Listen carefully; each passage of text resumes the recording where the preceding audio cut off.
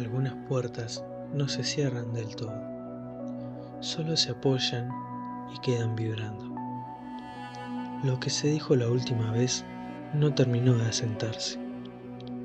Quedó suspendido como una frase interrumpida justo antes de volverse peligrosa. Porque hay lecturas que no se apagan cuando se apaga la voz, y silencios que siguen trabajando aun cuando uno intenta descansar.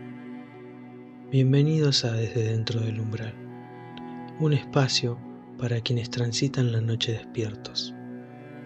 Si el sueño no llega, no importa, acompáñame del otro lado.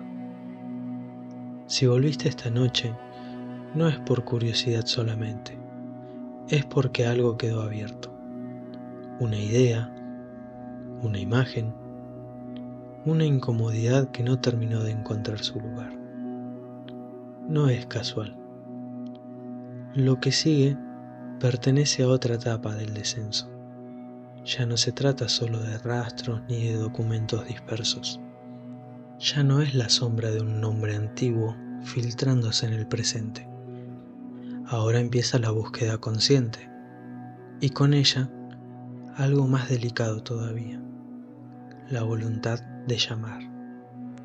Yo voy a leer. Vos no tenés que hacer nada más que quedarte. Parte 3. Una búsqueda y una evocación. Capítulo 1. Hubo un momento, difícil de señalar con exactitud, en el que la curiosidad de Charles dejó de ser una inclinación intelectual y se transformó en algo más urgente, más íntimo, casi filosófico. No fue un cambio brusco ni un gesto evidente que pudiera alarmar de inmediato a quienes lo rodeaban. Fue, más bien, una modificación silenciosa en la manera en que pensaba, en la forma en que ordenaba el mundo a su alrededor. Hasta entonces, el pasado había sido para él un territorio de estudio, un conjunto de fechas, nombres, papeles amarillentos que se dejaban consultar sin oponer resistencia. Pero ahora, ese pasado empezaba a comportarse como una presencia activa, como si hubiera advertido que alguien, por fin, estaba dispuesto a mirarlo sin apartar la vista. Charles ya no buscaba información para comprender, buscaba para confirmar. Cada documento nuevo parecía responder a una pregunta que todavía no había formulado del todo, y aún así encajaba con una precisión inquietante. Las coincidencias se acumulaban, los silencios en los archivos dejaban de parecer simples omisiones y comenzaban a adquirir el peso de una decisión colectiva, antigua y cuidadosamente sostenida. Joseph Curwen ya no era solo un antepasado remoto, se estaba convirtiendo en un punto de referencia, en un eje alrededor del cual todo lo demás empezaba a ordenarse. Charles recorría bibliotecas como quien transita un territorio familiar, pero con una atención distinta, más aguda, casi tensa.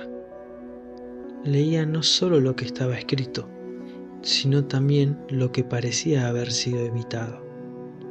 Las frases truncas, las anotaciones marginales, las páginas arrancadas. Y en ese ejercicio comenzó a notar algo perturbador. Ciertos textos parecían responderse entre sí a través de los siglos, como si compartieran un lenguaje subterráneo, una lógica que no dependía del tiempo ni del lugar en que habían sido redactados. No se trataba de superstición. Charles rechazaba esa palabra con una convicción casi irritada. Lo que estaba encontrando, se decía, era conocimiento olvidado, relegado por incomodidad o miedo, pero conocimiento al fin. Sin embargo, incluso él empezó a sentir que había cruzado un punto difícil de definir. Ya no elegía qué investigar, la investigación lo elegía a él. Había noches, cada vez más frecuentes, en la que despertaba con la certeza de que algo había quedado inconcluso el día anterior, aunque no pudiera recordar qué. Se levantaba, encendía una luz tenue y volvía a los papeles, a los símbolos, a las transcripciones que ya conocía de memoria, como si esperara que, esta vez, revelaran un matiz nuevo. Y a veces lo hacían. No era una revelación clara, no era una frase explícita ni una instrucción directa. Era más bien una sensación persistente de dirección, como si el material mismo lo empujara hacia un punto todavía invisible, pero inevitable. En ese estado, Charles comenzó a reunir información que ya no tenía un valor académico evidente, fórmulas incompletas, referencias a prácticas que no figuraban en ningún tratado formal, menciones veladas a procedimientos que parecían escapar a toda clasificación conocida. Y aún así, todo encajaba. La figura de Curwen, lejos de diluirse con el análisis, se volvía cada vez más nítida en su ausencia, no como un hombre, sino como una función, un intermediario entre saberes que no estaban destinados a permanecer separados. Charles empezó a comprender, aunque todavía no se lo decía con claridad, que investigar a Curwen no significaba reconstruir una biografía, sino reconstruir un método, una manera de operar sobre el mundo, una forma de llamar sin pronunciar en voz alta aquello que se estaba llamando. Y en ese entendimiento incipiente, algo se desplazó definitivamente, porque buscar ya no era suficiente, comprender tampoco. Había llegado el momento, aunque aún no lo admitiera, de probar. Capítulo 2. Hubo un momento, imposible de fechar con precisión, en el que la búsqueda de Charles dejó de parecer un acto consciente y comenzó a adquirir la forma de un hábito profundo, casi involuntario, como si algo en su interior hubiera aprendido un movimiento nuevo y lo repitiera sin necesidad de órdenes claras. No fue una decisión repentina. No hubo un día exacto en el que pudiera decirse, a partir de ahora, esto es distinto.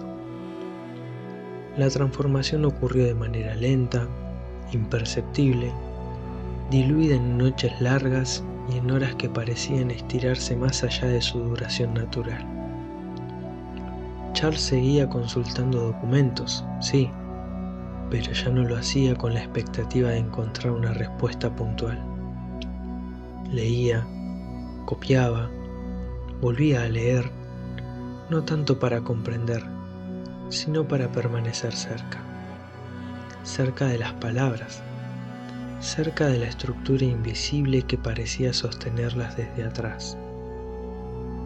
Había fragmentos que transcribía una y otra vez, aún sabiendo que ya los conocía de memoria, porque algo en el acto mismo de reproducirlos, la presión de la pluma, la repetición del trazo, el ritmo silencioso del gesto, le producía una sensación difícil de explicar, una suerte de alineación, como si al escribirlos volviera a colocarse en el lugar exacto desde el cual esos textos habían sido pensados siglos atrás. Y en esa repetición, algo comenzaba a cambiar. No en los documentos, que seguían siendo los mismos, sino en él. Los nombres antiguos dejaron de sentirse lejanos. Las fechas ya no parecían puntos fijos en un pasado clausurado, sino marcas en una superficie que todavía podía ser reconocida. Joseph Curwen, en particular, dejó de ser una figura histórica para convertirse en una presencia conceptual, una constante que reaparecía bajo distintas formas, con variaciones mínimas, como si hubiera aprendido a adaptarse al modo en que era observado. Charles no pensaba en esto en términos claros. No se decía a sí mismo que estaba siguiendo una huella viva, ni que se acercaba a algo que aún respiraba bajo capas de tiempo. Pero su conducta revelaba lo que su pensamiento evitaba formular.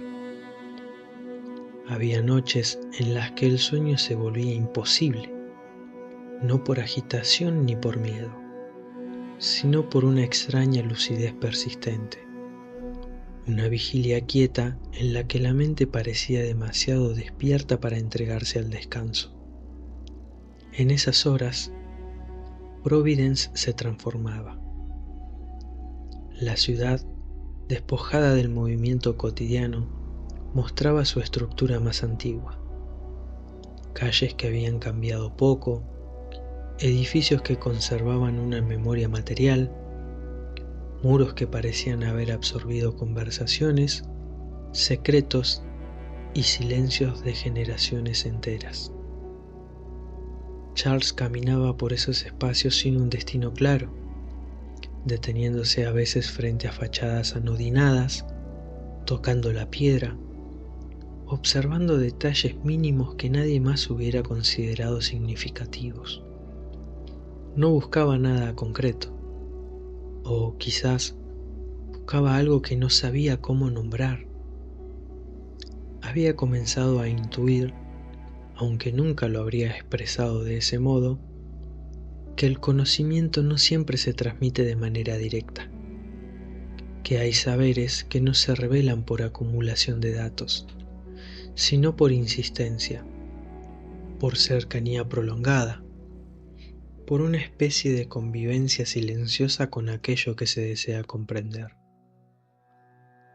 Todavía no había rituales, todavía no había palabras dichas en voz alta con intención ceremonial, pero el movimiento preparatorio ya estaba en marcha. Como si, sin darse cuenta, estuviera despejando un espacio interior, como si acomodara una habitación cuya función aún desconocía, pero cuya ocupación daba por segura. Y en ese proceso, la vida anterior, la familia, las conversaciones triviales, las obligaciones sociales, comenzó a perder ese peso específico. No porque Charles las rechazara conscientemente, sino porque ya no operaban como centro. Su atención había migrado, se había desplazado hacia una zona donde el pasado no era algo cerrado, sino una continuidad posible. Y toda continuidad, cuando se la sigue sin descanso, termina exigiendo algo a cambio. Capítulo 3. Hay un punto, siempre lo hay, aunque rara vez se lo reconoce mientras ocurre, en el que la búsqueda deja de avanzar en una sola dirección. Un punto impreciso en el que el pasado, hasta entonces inmóvil, comienza a ofrecer una resistencia mínima, casi elegante, no para revelarse, sino para ajustar su peso, como una puerta antigua que ya no se abre sola, pero que tampoco se cierra del todo. Charles Dexter Ward no habría podido señalar ese instante con claridad. No hubo un acontecimiento puntual, ni una señal inequívoca que justificara el cambio. Solo una modificación sutil en la manera en que los textos respondían a su atención, como si ya no se dejaran recorrer con la misma indiferencia, como si exigieran algo más que lectura. Las palabras seguían siendo las mismas, pero el espacio entre ellas parecía cargarse de una densidad nueva, una tensión que no residía en el significado explícito, sino en aquello que quedaba suspendido, insinuado, deliberadamente incompleto. No era confusión, era expectativa. Algunos fragmentos, siempre los mismos, comenzaban a adquirir peso recién después de varias lecturas, y aún entonces no se ofrecían como respuestas, sino como instrucciones mal formuladas, pensadas para alguien que ya debería saber cómo continuar. No había advertencias claras, tampoco revelaciones, solo aberturas parciales, grietas controladas. Y lo inquietante no era su contenido, sino la persistente sensación de que no estaban dirigidas a cualquier lector, de que reclamaban una disposición particular, una paciencia específica, una insistencia que rozaba la obstinación. Al copiarlos, Charles notaba pausas involuntarias, un leve ajuste en la respiración, un retraso mínimo en el gesto, una quietud momentánea que el cuerpo imponía antes de que la mente pudiera explicarla. Luego seguía, siempre un poco más lento, como si algo en él hubiera aprendido a escuchar antes de avanzar. No lo interpretaba como peligro, ni siquiera lo interpretaba. Simplemente continuaba, porque detenerse habría resultado más incómodo que avanzar, y porque la búsqueda ya no respondía del todo a una decisión consciente. Providence, mientras tanto, persistía en su rutina cotidiana, ajena a estos desplazamientos imperceptibles. Pero para Charles, la ciudad comenzaba a organizarse en correspondencias silenciosas. Una calle evocaba un pasaje, un edificio remitía a un nombre, una curva del río parecía repetir una estructura ya vista en algún manuscrito olvidado. Nada de esto se ordenaba como una conclusión. Era una superposición lenta, una certeza incipiente de que las capas del tiempo no estaban tan separadas como se suponía, y de que bastaba con insistir en el ángulo correcto para que una empezara a filtrarse en la otra. Fue entonces cuando apareció la sospecha, no como idea formulada, sino como presión constante, de que el conocimiento que perseguía no podía obtenerse únicamente mediante estudio, que había saberes cuya transmisión exigía algo más que comprensión intelectual, algo que involucraba al cuerpo, a la voz, al gesto sostenido, aún no rituales, ni fórmulas completas, pero sí una atención especial a ciertas repeticiones, a ciertas cadencias, a la forma en que los textos parecían querer ser leídos, pronunciados, sostenidos en el aire incluso cuando nadie escuchaba. Charles empezó a ensayar en silencio, no palabras enteras, sino fragmentos, no con intención ceremonial, sino con una curiosidad casi técnica, como quien prueba una herramienta antigua sin conocer del todo su función. Y cada vez que lo hacía, algo se reacomodaba, no afuera, ni en los documentos, sino en él. La idea de pasado dejó de ser estable. Ya no era un territorio fijo al que se accedía mediante fechas y genealogías, sino una presencia latente, capaz de responder a la atención prolongada, como una superficie que, al ser observada demasiado tiempo, termina devolviendo la mirada.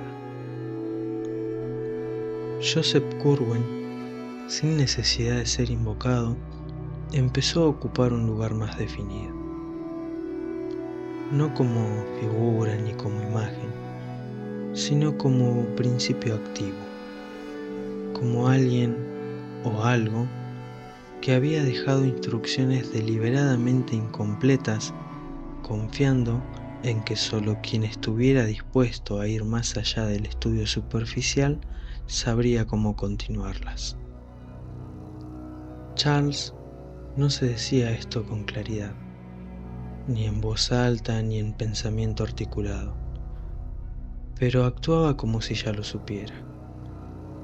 Y ese es siempre el verdadero umbral, no el momento en que se comprende, sino aquel en que se empieza a actuar conforme a algo que todavía no ha sido comprendido. Interludio. La voz que no debería estar ahí. Hay un instante, quizá lo estés sintiendo ahora, en el que la historia parece detenerse sola. No porque haya terminado de decir algo, sino porque necesita espacio para seguir existiendo. Es ahí donde a veces aparezco, no como respuesta, no como advertencia, solo como alguien que también se quedó demasiado tiempo mirando lo mismo. Yo tampoco dormía cuando entendí que ciertas búsquedas no avanzan, se profundizan, que no empujan hacia adelante, sino hacia adentro. Y que, cuando eso ocurre, el cansancio deja de ser un obstáculo y se vuelve una condición necesaria. No creas que Charles está haciendo algo excepcional. Muchos lo hacen, pocos lo notan. Hay noches en las que una idea no se va porque todavía no terminó de acomodarse, porque necesita rozar algo más antes de disolverse, porque exige ser sostenida un poco más, aun cuando ya pesa. No te digo que sigas, tampoco que te detengas.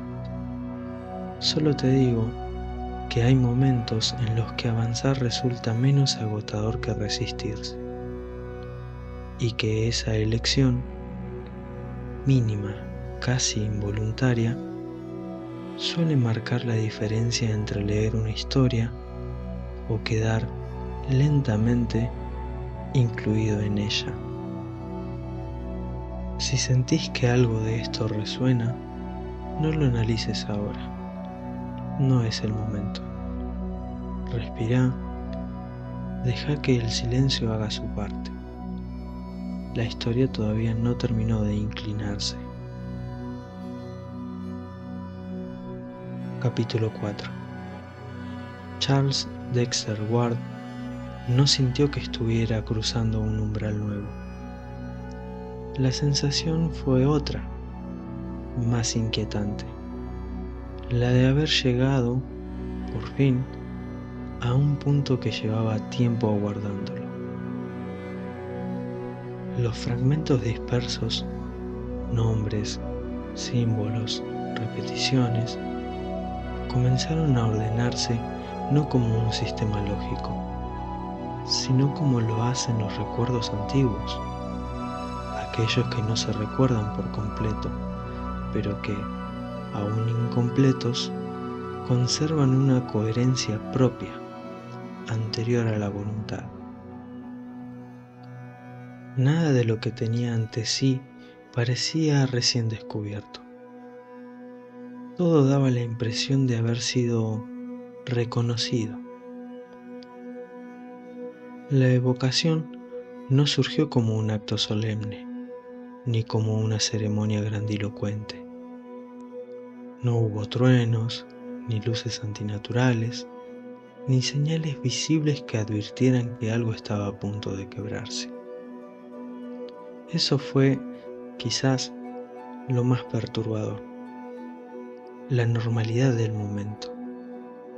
La manera en que lo imposible se deslizó dentro de lo cotidiano sin alterar su superficie. Las palabras, esas fórmulas antiguas que habían atravesado siglos sin perder su filo, no exigían fe, exigían precisión. No pedían devoción, sino atención absoluta. Y Ward, inclinado sobre los textos, comprendió que no estaba invocando desde la curiosidad, sino desde una obediencia silenciosa que no recordaba haber aceptado. Cada sílaba parecía actuar sobre algo más antiguo que el cuerpo, como si las vibraciones no buscaran el oído, sino zonas más profundas, regiones donde el pensamiento aún no había aprendido a nombrarse.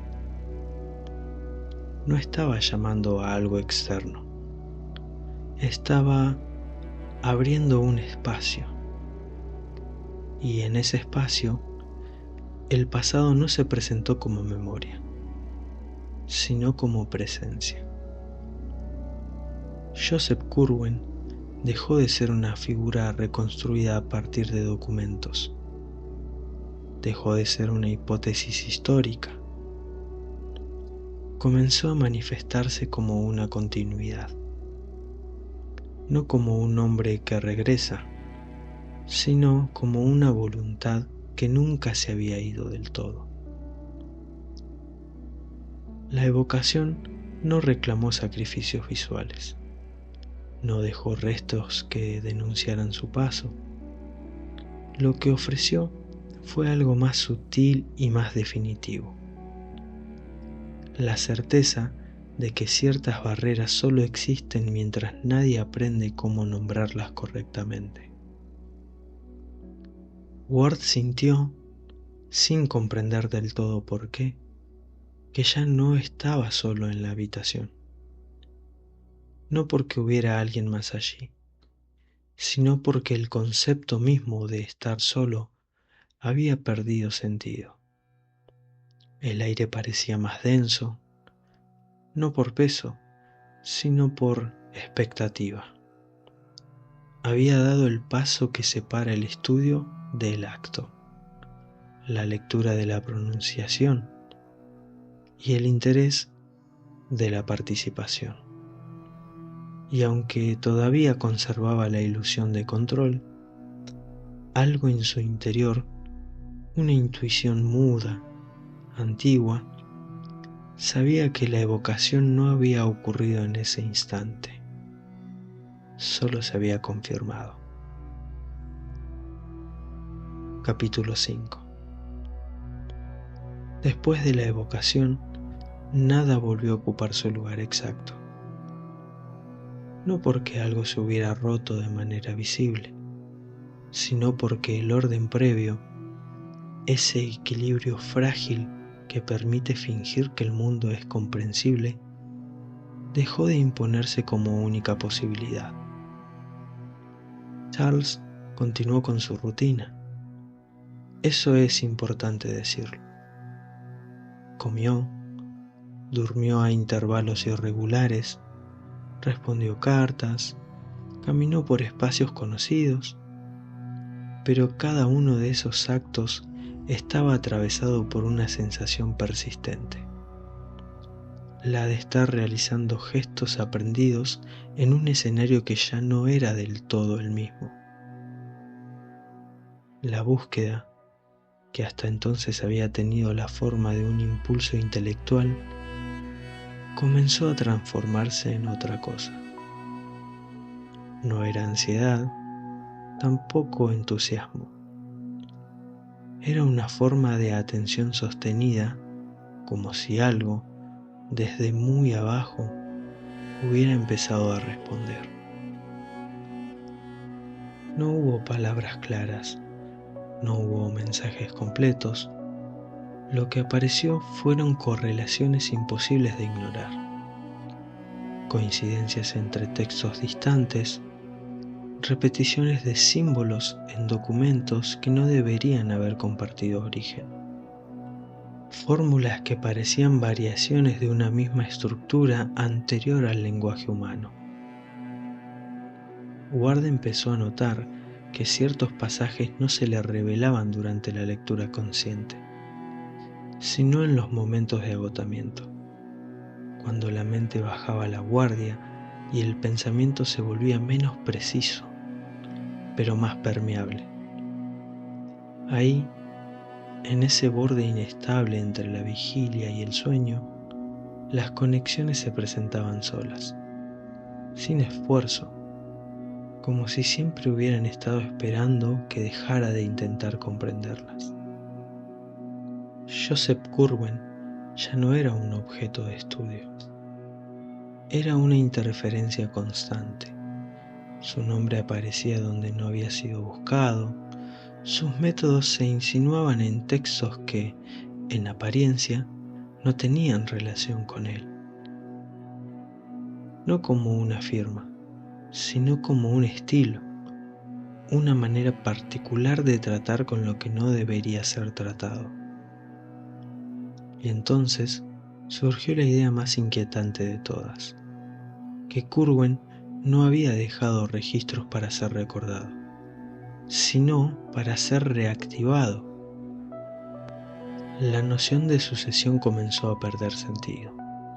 No se trataba de heredar un conocimiento, sino de ocupar una posición, de repetir ciertos gestos con la exactitud suficiente como para que algo o alguien volviera a manifestarse a través de ellos.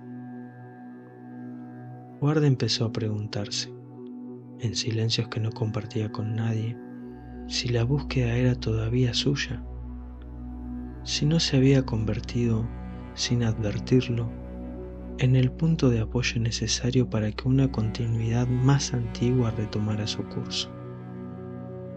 No sentía miedo, y esa ausencia era en sí misma alarmante.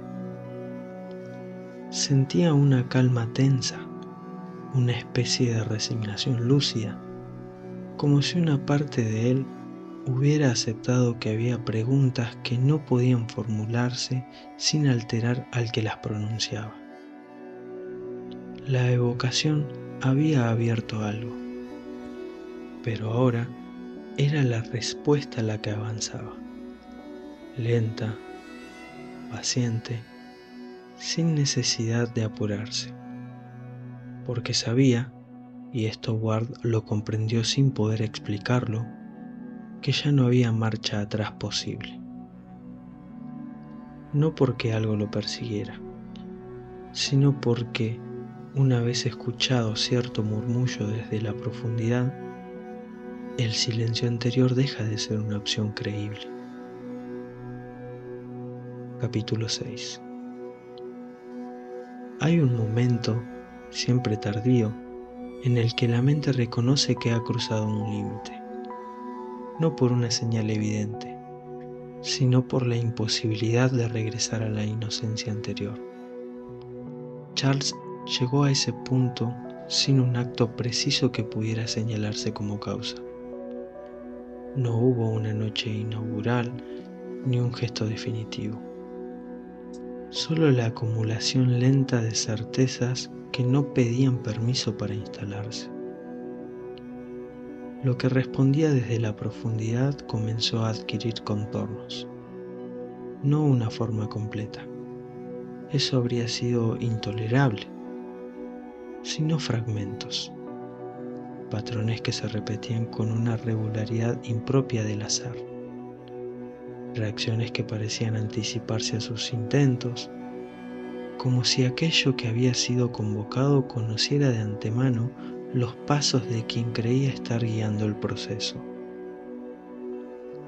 Ward empezó a advertir una modificación sutil en su percepción del tiempo.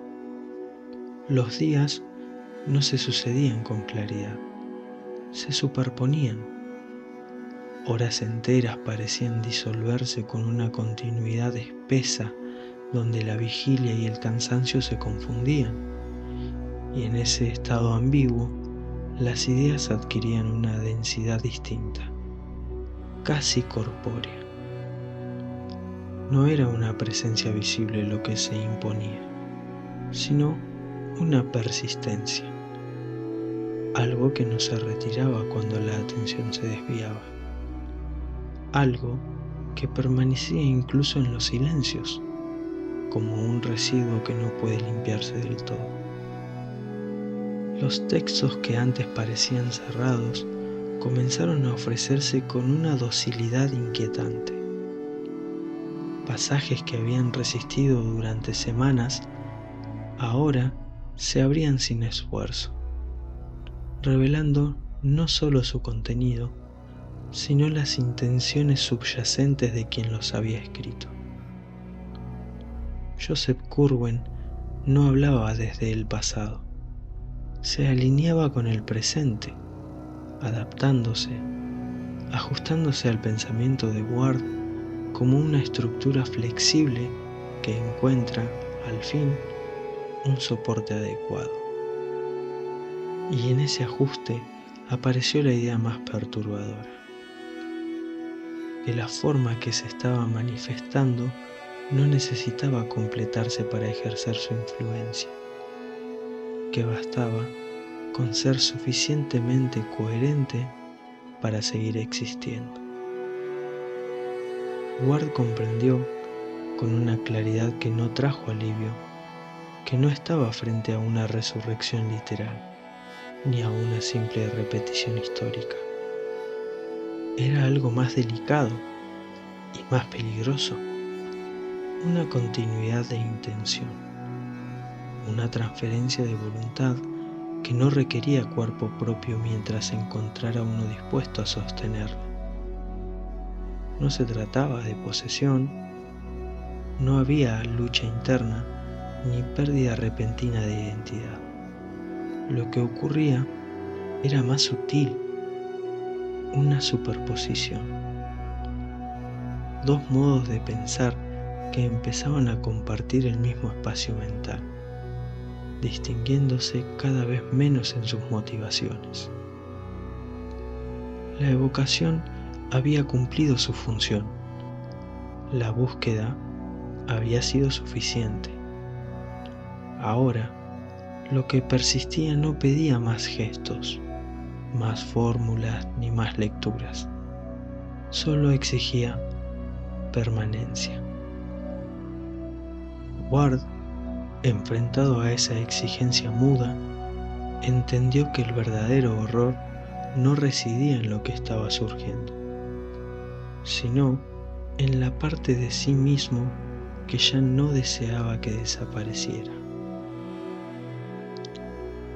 Hay momentos, no siempre reconocibles en el instante en que ocurren, en el que la mente deja de ser un espacio propio y empieza a parecerse a una habitación compartida.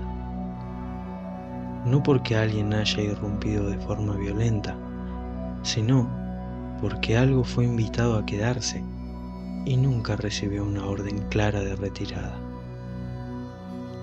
Lo que se ha desplegado en esta parte no habla solo de rituales ni de nombres que se repiten a través de los siglos. Habla de esa zona frágil donde el pensamiento prolongado erosiona la distancia entre quien observa y aquello que es observado. De la forma en que ciertas ideas, una vez aceptadas como posibles, dejan de conformarse con ser solo ideas. El interludio, ese breve respiro casi humano, no fue una interrupción, fue una grieta, un recordatorio de que incluso quien acompaña desde este lado del umbral no está exento de ese desgaste lento que produce permanecer demasiado tiempo despierto, demasiado cerca de lo que no termina de revelarse. Joseph Curwen no necesita alzarse ni reclamar un lugar. Le basta con persistir en los márgenes, con alinearse con voluntades dispuestas a sostenerlo, con dejar que otros continúen el gesto iniciado hace tanto tiempo que ya nadie recuerda por qué empezó. Y quizás ahí resida la inquietud más profunda, en la facilidad con la que el horror puede volverse cotidiano, en lo sencillo que resulta confundir la comprensión con el consentimiento, en la calma extraña que precede al momento en que ya no sabemos con certeza quién acompaña a quién. Hasta acá esta nueva inmersión, no como un punto final, sino como una pausa necesaria. Si al apagar la luz alguna imagen persiste, si una frase vuelve sin ser llamada, si el silencio parece un poco más poblado que antes, no intentes forzarlo a desaparecer. Deja que la noche haga su trabajo, que las ideas se acomoden, aunque no encuentren descanso inmediato. Este umbral no se agota en una sola historia. Hay otras voces, otros pasajes, otras zonas esperando ser recorridas cuando el insomnio decida regresar. Y cuando eso ocurra, cuando la vigilia se vuelva demasiado larga o la curiosidad empiece a presionar desde adentro, ya sabes dónde encontrarme. Del otro lado, en silencio, esperando. Hasta la próxima noche.